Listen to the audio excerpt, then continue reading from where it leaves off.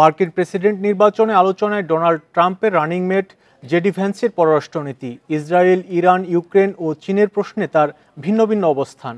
বিশ্লেষকদের মতে গাজায় ইসরায়েলের আগ্রাসনের প্রতি পূর্ণ সমর্থন তার, তবে ইউক্রেনে সামরিক সহায়তার বিপক্ষে এই রিপাবলিকান নেতা।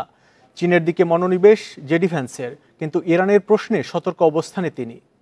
এখন জন্ম সনদ দিয়ে খোলো বিকাশ স্টুডেন্ট অ্যাকাউন্ট, নিজের বিকাশ নিজে কর।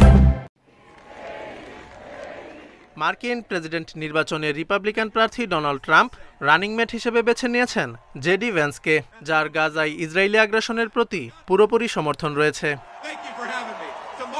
মার্কিন ভিত্তিক সংস্থা PAIRS ফাউন্ডেশনের পরিচালক সেইথ আইসেনবার্গের মতে মধ্যপ্রাচ্য ইস্যুতে মার্কিন স্বার্থ রক্ষায় ইসরায়েল যুক্তরাষ্ট্রের সম্পর্ক খুবই গুরুত্বপূর্ণ। তিনি মনে করেন ভ্যান্স ইসরায়েলকে সামরিক সহায়তায় সমর্থন দিয়ে নেতানিয়াহু প্রশাসনের সাথে ঘনিষ্ঠ কূটনৈতিক ও প্রতিরক্ষা সহযোগিতার পক্ষে।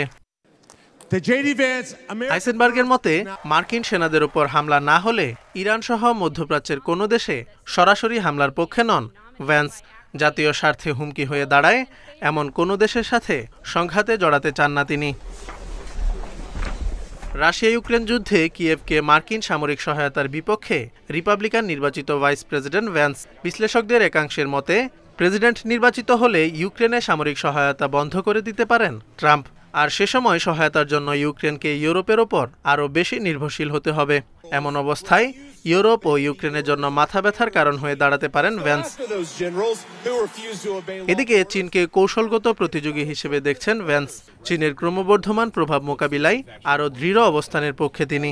চলতি বছরের শুরুতে অনুষ্ঠিত মিউনিক সম্মেলনে ভ্যান্স বলেছিলেন, আগামী 40 বছর পূর্ব এশিয়ার দিকে যুক্তরাষ্ট্রের মনোযোগ দেওয়া উচিত। Jobayer Hussain, independent news.